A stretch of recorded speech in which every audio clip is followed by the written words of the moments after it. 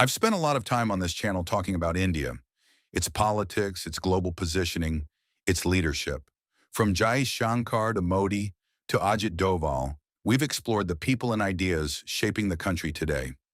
But this video is different, because somewhere along the way, while trying to understand India, I realized I was missing something deeper. So I started studying Hinduism, and I didn't expect this, but I found myself drawn to it in a way I can't fully explain. This video is about that. Let's begin. Hinduism is massive, and that's not just because of the number of people who follow it, more than 1.2 billion. It's massive in what it contains. The more you try to understand it, the more it feels almost impossible to fully grasp. It holds some of the world's longest epic stories. Its understanding of the universe stretches across billions of years, with endless cycles of creation and destruction. There are millions of gods and goddesses, not in conflict, but seen as different expressions of one deeper reality. What makes it even more fascinating is how diverse it is. Some parts are deeply spiritual and devotional. Some are philosophical, almost like psychology. Some focus on rituals, others on meditation, knowledge, or celebration. It's not one fixed path. It's many paths existing together. There is no single founder, no one book that defines everything, no central authority deciding what is right or wrong for everyone. And that's where it becomes something more than just a religion. It begins to feel like a civilization, a way of thinking, living, and understanding life that has been evolving for thousands of years. At its core, Hinduism is like an ongoing conversation, a very ancient one, a conversation about reality, purpose, life, and what it means to exist. And when this is truly understood, one feeling stands out above everything else: respect. Not because everything is easy to agree with, but because of the depth, the scale, the seriousness of thought behind it. It's the kind of thing that makes you pause and just listen. Out of everything I encountered in this study, two ideas changed me most fundamentally. The first is Dharma. The word is difficult to translate. That's always the first sign that a concept is profound, when it resists easy translation. Dharma is often rendered as duty or righteousness or cosmic order, but none of those fully capture it. Let me try to explain it the way I came to understand it. Hinduism holds that every living being, not just every human, but every creature in existence, has a dharma, a purpose, a role, a nature that, when expressed fully and honestly, contributes to the balance and sustenance of the world. This is not a duty imposed from outside. It is not a law written by a government or a commandment delivered by a prophet. It is something closer to the grain of the wood, the inherent direction along which your life flows most naturally, most powerfully, most authentically. And the proposition that Hinduism makes is this: if you live in alignment with your dharma, you contribute to the order of the world. If you abandon it, not only do you diminish yourself, but the world itself is slightly lessened, slightly more out of balance. Every single person, regardless of background, regardless of status, regardless of circumstances, has been born into a specific dharma. And it is not optional. It is not something you choose from a menu. It is something you discover, usually through honest introspection, and then honor, usually at great personal cost. The texts speak of this with a kind of unflinching seriousness. In the Bhagavad Gita, perhaps the most celebrated philosophical text in all of Hinduism, the god Krishna tells the warrior Arjuna something that sounds almost confrontational. It is better to strive in one's own dharma than to succeed in another's. Think about what that means. It is better to struggle, to strain, to fail even in the pursuit of what you were actually born to do, than to succeed brilliantly at something that was never truly yours. This is a radical idea. In a world that constantly tells us to follow the path of maximum reward, maximum recognition, maximum comfort, Hinduism quietly insists, follow the path of maximum authenticity, even when it costs you, especially when it costs you. There is a story I came across during my study that has not left me since I first encountered it. A guru was sitting by the Ganga River when he noticed a scorpion struggling in the water. on the verge of drowning. The guru reached in and lifted the scorpion from the water. The scorpion, as scorpions do, stung him immediately. The pain was real, and the guru released it, and the scorpion fell back into the river. He reached in again. Again the scorpion stung him. Again he pulled it back from drowning. Again the scorpion stung. A disciple watching this scene finally asked with some frustration, "Why do you keep saving it? It only stings you." The guru replied calmly, "The scorpion's dharma is to sting. That is its nature. My dharma is to save. That is mine. Why should I abandon my nature simply because it chose to follow its own?" I have thought about this story many times. What strikes me most is not the guru's patience, though that is remarkable enough. What strikes me is the clarity. The guru has no confusion about who he is and what he is here to do. He doesn't make his behavior conditional on the gratitude or the cooperation of others. He doesn't say, "I'll keep saving things as long as they appreciate it." He just does what he is here to do. Because that's the thing about Dharma. It isn't transactional. You don't follow your Dharma because of the recognition it brings. You don't abandon it because of the criticism it attracts. You follow it because it is yours. Because the world is a slightly more whole place when you do, and a slightly more broken place when you don't. I want to be honest with you here, because this channel is built on honesty. I have at various points questioned whether to keep going with this kind of work. Making videos about complex, often contested topics, about India's foreign policy, about civilizational ideas, about things that don't lend themselves to easy takes, is not always easy. You encounter responses that sting. You encounter misreading, mischaracterization, sometimes outright hostility. And there's a voice in those moments that asks whether it's worth it. When I encountered the concept of Dharma, truly encountered it, not just intellectually but in a way that settled somewhere deeper, I realized that I had been framing the question wrong. The question was never, "Is it worth it?" The question was always, "Is this what you're here to do?" If the answer is yes, then the scorpion's stings become irrelevant. Not painless, irrelevant. Because the doing of the thing is the point. The result is secondary. The duty is primary. That is what Dharma teaches. I want to sit with this for a moment longer because I think it deserves more than a quick philosophical summary. We live in an era that is saturated with content about finding your passion and following your dreams and doing what you love. And I don't dismiss those ideas entirely, but they often carry a particular flavor, a flavor of self-fulfillment, of personal satisfaction, of doing something because it makes you feel good. Dharma is related to that, but it is not the same thing. And the difference matters. Dharma is not primarily about your happiness. It is about your contribution. It is about what the world requires from you. What only you, with your particular combination of gifts and inclinations and experiences, can offer. It is less a personal lifestyle choice and more a cosmic responsibility. That's a heavier framing, and I think it's the right one. Because when you feel your work purely in terms of personal satisfaction, you become vulnerable to the bad days. The days when it doesn't feel good. The days when the audience isn't responding, when the ideas aren't flowing, when the effort seems disproportionate to the outcome. On those days, the follow your passion framework offers you nothing because the passion in that moment has gone quiet. But when you feel your work as a duty, as something you owe to the world, not just something you enjoy for yourself, a different kind of stability becomes available. Something that isn't dependent on how you feel that morning, or what the comments said last night, or whether the algorithm rewarded your effort. Hindus speak of this stability as something almost structural, as if the person who has found their dharma and committed to it without conditions has found a way to stand in the middle of life's turbulence without being blown over by it. I have read passages in the Bhagavad Gita about this kind of inner steadiness, about the person who does their duty without attachment to the fruit of the action, and I have found them among the most psychologically sophisticated things I have ever encountered. Not naive, not passive, but grounded in a way that modern ideas about success and purpose rarely manage to be. Finding your dharma, the text suggests, gives you something that external success cannot, a reason to keep going that isn't contingent on the outcome.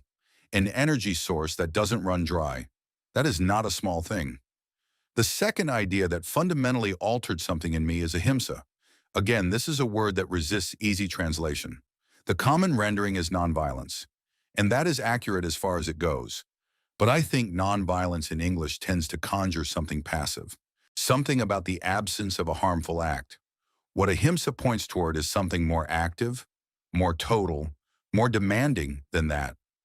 Ahimsa is the refusal to cause harm, not just physically, not just in action, but in thought and in intention. It is the recognition that harm begins before the hand is raised or the word is spoken. It begins in the mind.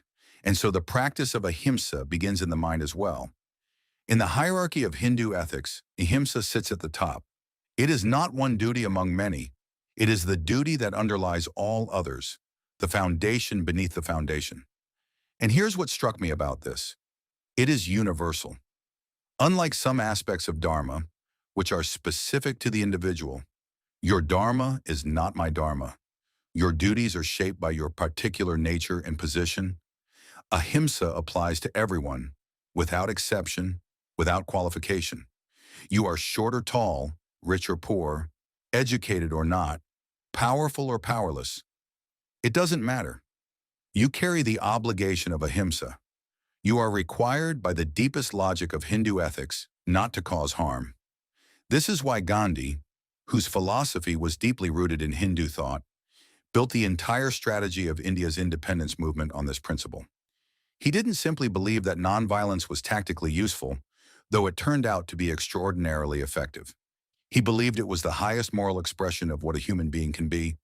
He said, in words I've returned to many times, nonviolence is common to all religions, but it has found its highest expression and application in Hinduism. Coming from Gandhi, who had read widely across traditions, that is a striking claim. Ahimsa in Hindu philosophy is not merely about the avoidance of physical harm to other humans. It extends systematically and insistently to animals, to the natural world, to all living things. And the reason it extends this far is rooted in another foundational Hindu belief, one that I found to be perhaps the most philosophically radical idea in the entire tradition. The belief is this: we are not separate, not you and I, not humanity and nature, not the human and the animal, not the visible and the invisible. At the deepest level of reality, Hinduism insists there is one source, one energy, one consciousness, and everything that exists is an expression of it. The word for this underlying unity is Brahman, the ultimate reality, the ground of all being. And the individual self, the Atman, is not separate from Brahman. It is a manifestation of it, like a wave is not separate from the ocean, like a flame lit from another flame is still fire. If this is true, if you and I and the bird and the tree and the river all arise from the same source, then harm to any part of the whole is harm to the whole itself. It is, in a sense, self-harm. This is the philosophical foundation of ahimsa. It is not a sentimental appeal to kindness. It is a logical consequence of a metaphysical position about the nature of reality. I find this remarkable because it means that the most personal spiritual practice, the cultivation of nonviolence in one's own heart and mind, is also simultaneously a contribution to the coherence and health of the entire world. The inner and the outer are not separate domains. What you choose to think, what you choose to harbor in your mind, what you choose to put into the world through your actions, these are not private matters. They ripple outward in ways seen and unseen and contribute to the balance or the disruption of something vast. This is a profound responsibility, and it is one that Hinduism, without apology, places on every human being. When this principle is taken seriously, truly seriously, not just as an abstract philosophical position, but as a living practice, it changes things. It changes how you eat. Many Hindus are vegetarian for precisely this reason, not as a cultural convention, but as a direct expression of the principle that they will not cause unnecessary harm to other living beings. The animal's life is real. The animal's experience of pain is real. And if you hold the belief that all life arises from the same source, The question of what you choose to eat becomes a moral question, not just a personal preference. It changes how you interact with the natural world. There are traditions within Hinduism that prescribe, before cutting down a tree, a formal acknowledgement of what you are doing, a recognition of the life you are ending, and a commitment to restore what you have taken. I found this extraordinary. Not naive, not sentimental, but rooted in a genuine philosophical position about the moral status of all living things. It changes how you relate to other people, including those who have harmed you, who have disappointed you, who have treated you with contempt. Because if you genuinely believe in the unity of all things, then even your adversary is, in some deep sense, you. And violence toward them, whether physical or psychological, whether in action or in the secret harbor of your thoughts, is a form of fragmentation, a fracture in the fabric of the whole. You are truly liberated, one of the traditions says, when you can love your friend and your enemy and the animal in the street with the same quality of presence. Not with the same intimacy, perhaps, not with the same personal warmth, but with the same fundamental recognition of their reality, their worth, their participation in the same source from which you yourself arise. Learn to see everyone equally. That is, in many traditions within Hinduism, the heart of it, the culminating practice, the thing that all the rituals and texts and disciplines are pointing toward. I want to be clear about something, and I think it matters. I came to Hinduism as a student, as a person looking in, trying to understand, trying to see clearly without the distortions that either uncritical admiration or dismissive skepticism can introduce. And what I found, looking in from the outside, was something that I think people in many traditions would recognize as true, even if they arrived at it through different pathways. The recognition that we each have a purpose, a specific, irreducible contribution that only we can make, is not unique to Hinduism. But I do not know another tradition that has worked through the implications of that idea as rigorously, as systematically, or as unflinchingly as Hinduism has. The recognition that nonviolence is not just a moral nicety, but a fundamental ethical obligation rooted in the nature of reality. That is an idea with equivalence in many traditions. But I do not know another tradition that has extended it as far, applied it as consistently, or embedded it as deeply in the daily life and practice of its adherents as Hinduism has. What I found in this study was not a religion. It was a very serious, very ancient attempt to answer the same questions that all serious human beings eventually ask. And some of the answers it arrived at are, I believe, not just intellectually interesting, but genuinely important. Important not just for Hindus, not just for Indians, but for anyone alive in this world who is trying to figure out what they're doing here and how to do it with some measure of integrity. I have been making videos about India for some time now, about its foreign policy, its civilizational narrative, its role in a shifting global order, its relationship with the world around it. And I've been doing that because I believe India is one of the most important and least understood stories of our time. But I want to say something now that I perhaps couldn't have said as clearly before this study. I think one of the reasons India is so often misread by Western observers, by media institutions, by people trying to apply frameworks that were developed in very different cultural contexts, is that they don't understand what sits beneath the surface of Indian life. They see the politics, the economics, the demographics. They don't see the philosophy. They don't see that when an Indian leader speaks about civilizational identity, he is not simply invoking nationalism in the way a European politician might. He is invoking something much older and much more specific, a sense of Dharma at the national level, a belief that India, as a civilization, has a particular nature, a particular contribution to make to the world, a particular responsibility that it cannot abdicate without losing something essential about itself.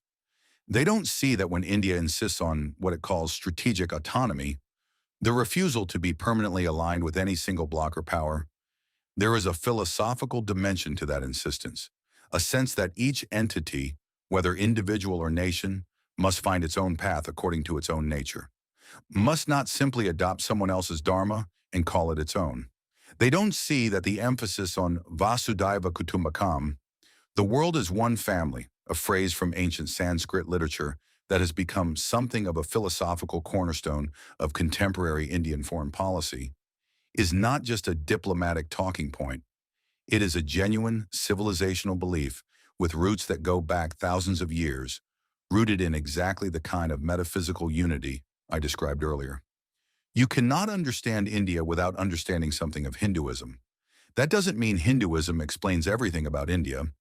It is a complex, plural, sometimes contradictory country, and no single framework explains everything about it.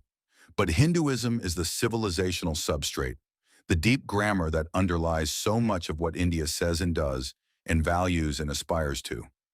And understanding that grammar, even partially, even imperfectly as I have begun to, changes what you see when you look at India. It doesn't simplify the picture. If anything, it makes the picture more complex, but it makes it more accurate. And accuracy, in my experience, is always worth the additional complexity it requires. So what do I actually carry with me from this study? Not a religion. I want to be clear about that. I am not suggesting that everyone who encounters these ideas needs to adopt Hinduism or any religious framework. That is not what this is about. What I carry is a set of questions that I now ask differently. When I sit down to make a video, when I decide what to say, how to say it, what to include and what to leave out, I now find myself asking, is this what I am genuinely here to do? Not will this perform well? Not will this be appreciated? But is this true? Is this useful? Is this the contribution that I specifically am here to make? That reframing is simple. Its consequences, over time, are not. I also carry with me a deepened commitment to something I perhaps already believed in, but now believe with more philosophical grounding, the commitment to not cause harm. Not just in the obvious dramatic sense. I am not going to advocate for violence or cruelty, but in the subtler, more pervasive sense. The harm that comes from lazy thinking, from careless framing, from taking a cheap shot when the honest argument would require more work. The harm that comes from treating other people's beliefs or identities as props in someone else's argument. These channels, these platforms, this ecosystem of content that we are all part of, it can cause real harm when it operates without seriousness. And I want to operate with seriousness. I want the commitment to Ahimsa, to the refusal to cause unnecessary harm through my work, to be, in some meaningful way, part of what this channel stands for. And finally, I carry with me the quieter, more personal insight that the question of purpose is not a question you answer once and then move on from. It is a question you live with. You return to it. You refine your answer as you encounter new ideas, as you grow, as your understanding of your own nature becomes more honest and more clear. Hinduism, with its vast time frame, its cosmology of millions of years, its belief in countless cycles of birth and death and rebirth, is comfortable with the idea that this kind of discernment takes time. More time than a single life, perhaps. Certainly more time than we usually allow ourselves. But the inquiry itself is the point. The willingness to ask, what is my Dharma? What am I here to do? How can I do it without causing harm? That willingness is already the beginning of the answer. Before I close, I want to say one more thing. There is beauty in these ideas, real beauty, the kind of beauty that makes you feel slightly more serious about being alive. And that beauty does not belong exclusively to Hindus or to Indians. It belongs to anyone willing to encounter it honestly. The tradition is generous in that way. It does not insist on conversion or adoption. It simply offers its insights accumulated over thousands of years to anyone who has the patience to sit with them. I came to this study because I wanted to understand India better. I leave it, for now, with something more personal than that, a different relationship to my own work, a different relationship to the question of what I am here to do. I don't think I have answered that question, but I think I am asking it more honestly. And perhaps, if you've spent any time with this channel, with these ideas, with any of the things that this kind of content tries to point toward, perhaps you are asking it more honestly too. That, I think, is enough. For now, that is enough. The inquiry continues.